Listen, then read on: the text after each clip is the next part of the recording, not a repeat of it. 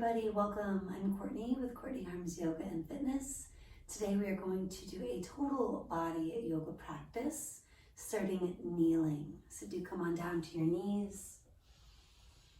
Adjust for a moment, maybe pad the feet, the knees if they're tender, or even something between your hips and calves if you need that support. On your inhale, do shrug the shoulders. And on your next exhale, release them back and down. Let's do a couple more. Big breath in. And maybe a sigh, letting it all out. One more time.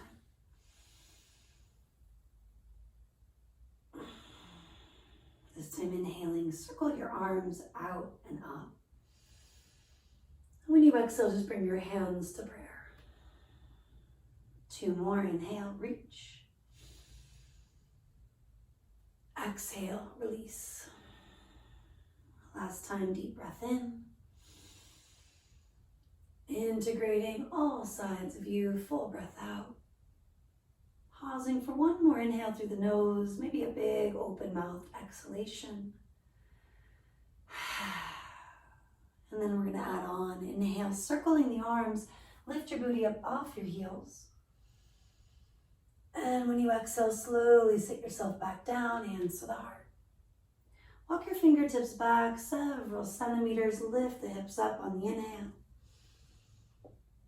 And do float the hips down as you exhale.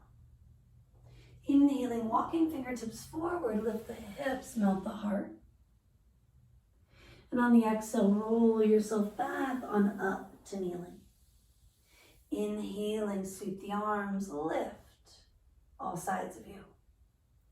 Exhale, hands to the heart, lowering the hips to the heels. Walking the hands back, inhale, lift the hips, open the chest, maybe release the head. Exhale, floating it down. Inhaling, coming forward, that puppy dog, heart opening sensation. Exhaling, take yourself back to the top. One more time, deep breath in, reach and lift the hips. Full breath out, hands to prayer, sit yourself down. Walk the fingers back, lift the hips, the heart forward and up. Exhaling, do lower down. Inhaling, take the hands forward, let the hips lift any amount. And exhaling, make your way back to kneeling. One more of those big breaths in through your nose. This time maybe flutter it out through the mouth. Walk your hands forward. Scoot your knees back a touch. Everything aligns so the shoulders are over wrists, hips are over knees. And do arch and round, chest forward. Exhale, scoop the belly and round the back. Inhale, heart forward and up. Exhale, root to rise, gently rounding. One more.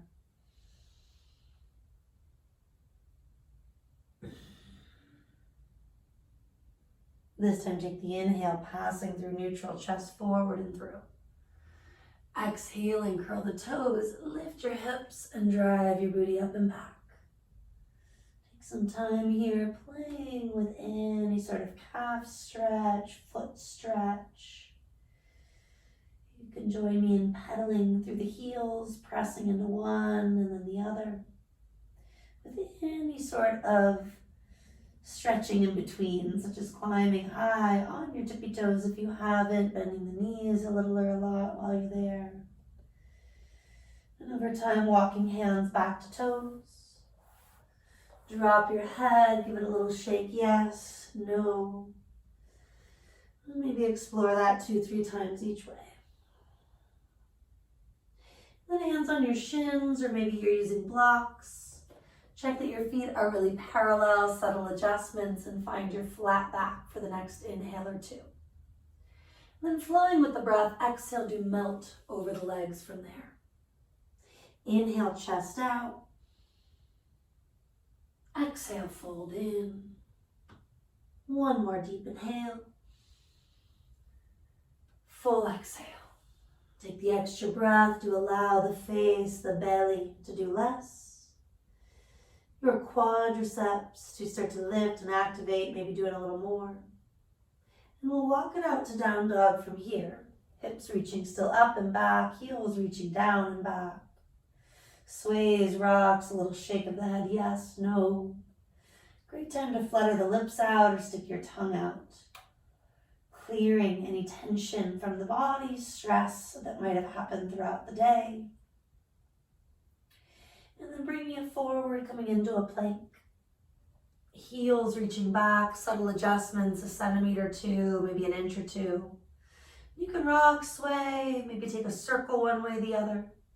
You can also modify putting your knees down sooner than later. Nothing in between in plank. Do activate those legs if they are lifted, feeling that strength from the inside out. Little shift forward, exhale, draw the elbows in and back. And let's pass through Chaturanga, four-limb staff, and then land on the belly. Tops of the feet are rooted. Everything's about hip bone distance.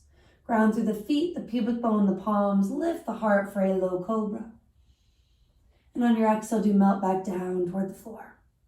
Take a couple more. Inhale low or maybe a medium cobra.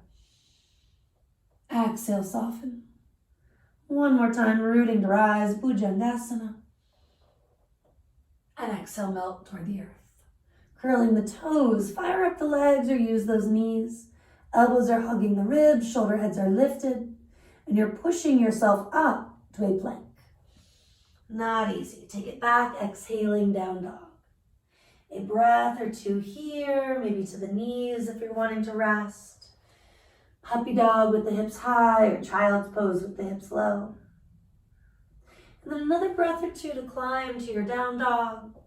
Spread the fingers, grounding through that thumb and first finger and pressing into the floor so you can find a little more lift and length through your spine. We'll float all together for a minute. So a couple vinyasas, consciously moving with breath. Inhale for your plank. I'll demo the modification with knees down. Exhaling, elbows graze the ribs, take them back and lower. Inhaling, cobra, or if it's familiar, maybe into an upward facing dog. Exhaling, do push back, down dog, puppy dog, or that brief child's pose. As you're ready, flowing through that at least one more time on your own. Maybe opting for the more traditional option if you're feeling warm and strong enough right now to do so. Always applying ahimsa, working without injuring ourselves as much as we can, working with compassion as much as we can. Not feeling like you have to do the hardest option to be doing it correctly. In some ways, it's just the opposite. When you do allow yourself to take that moment to scan, that practice, again, of ahimsa being applied, child's pose sometimes becomes the choice that is clear.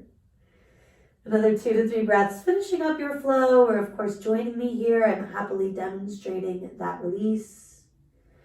A full surrender with an open mouth exhale if you're needing it. Then we'll all walk from our down dog into a standing fold one more time. Back of the mat from here. Bend the knees, rolling it up or lengthening to lift. Take a couple of inhales to help you get there. And then a couple of exhales, softening the shoulders, getting any fidgets out, any wiggles out. Stepping wide with me on your mat. Give yourself a moment to adjust so that your feet are living approximately a meter apart. Now, if you take your arms wide, most likely the wrists are living over those ankles or just shy of that. Now, allow the heart to pull forward, shoulders loop back, tailbone lengthens, sternum lifts. You're going to turn your right leg out from deep in the hip. I am mirroring you here. Turn your left toes in, finding your way into a preparation for warrior 2. Bend that front knee toward 90 degrees on your exhale. Rooting to rise, inhale, straighten it without locking the knee joint. Exhale, do bend toward 90. Adding some arms, deep breath in, reach the arms up, maybe look up. Torso stays lifted, exhale, we lunge, take it down. 2 more, palms up, reach up. And exhale, return to your pose. Last one, deep inhale. And exhale. I invite you to hold in warrior two, letting that inner thigh open, letting the hip open. If you've been doing a lot of work on your computer, on your phone, maybe sitting for long periods, this one is a great counterbalance to being sedentary, or even for active hard workouts. Reversing that warrior, similar idea, creating space in the side body, the hips, the thigh, the groin. We can again straighten and bend at least once or twice, even 3, 4, 5 times if you'd like. You can also hold, maybe adding more of a back bend by gazing up, lifting through the heart, still lengthening through the tail. Final moments in your reverse warrior. Breathing in, breathing out, flow through that warrior two. Straighten your right leg, or if you got confused, whatever one was the front leg. With slightly springy knees, turn the feet to neutral. Parallel your feet for a breath or two, and then turn the left leg out, right toes in, or of course, whatever second side is for you. Bending into that front knee, first moments we often have to negotiate and finding where it was with the wrists living over the ankles, or somewhere close or further in that proximity. Coming out and in as you're ready, adding the arms right away, or maybe keeping hands at hips. Feeling that your torso is upright can include making sure that back hip crease is maintained. And if bending toward 90 feels like a good challenge, a good stretch, great. If it's too far, too fast, not going as deep with your next lunge, but using that information to your benefit. Maybe 1, 2 more before you hold. Allowing your whole back foot, hip to angle further forward if needed. And then maybe, just maybe, you can drop into that lunge a little deeper. Softening somewhere, the face, the shoulders, even the grip of the fingers if they're over involved. And then do start to reverse your warrior. Backhand can tap, it can also bind. You can seal thumbs, first fingers as a way to calm the nervous system. Talked about dynamic movement, straightening, bending, maybe looking toward the back foot as an anchor, or also as a way just to soften the face, the shoulders, and everything in between.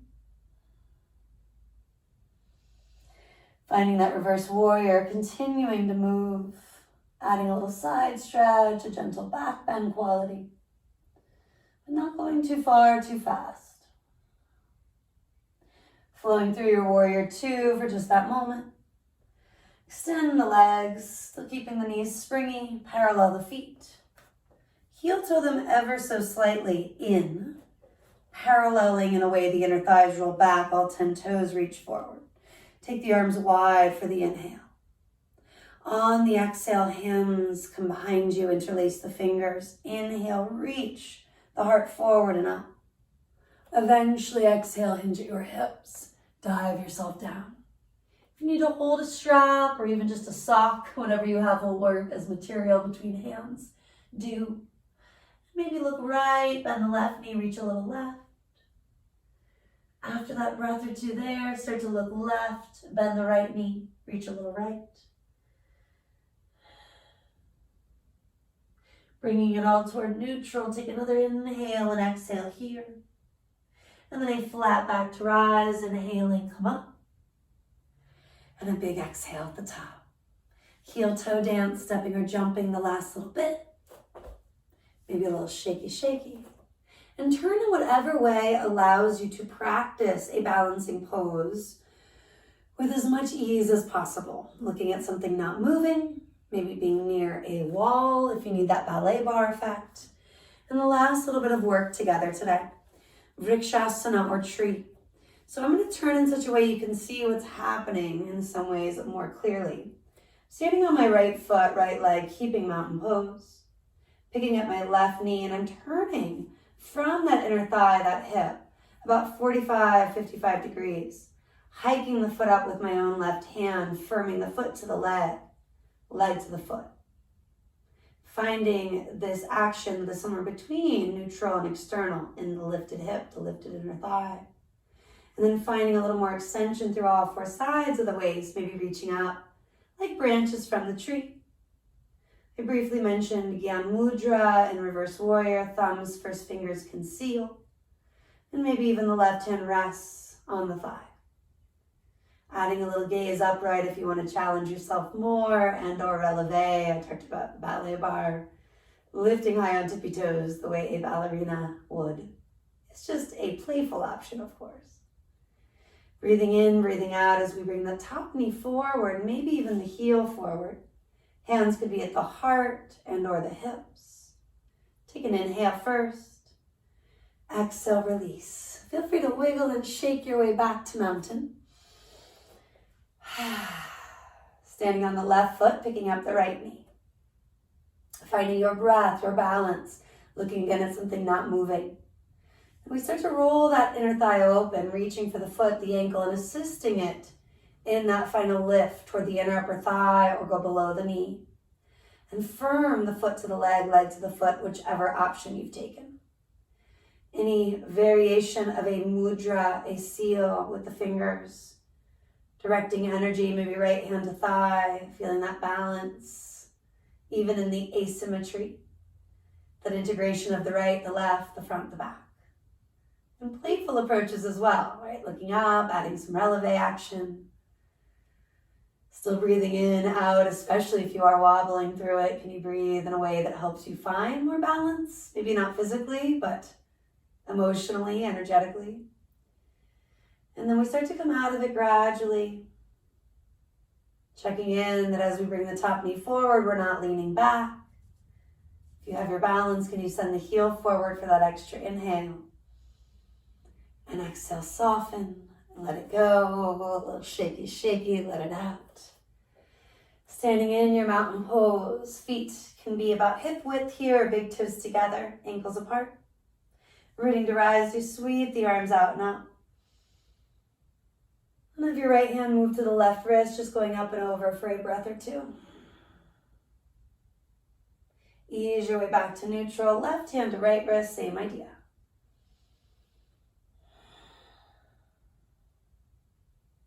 Coming back to neutral. Take the inhale, reach up, maybe look up. And as you exhale, bring your hands toward prayer. Taking the next few breaths to observe the effects of your short, sweet practice today.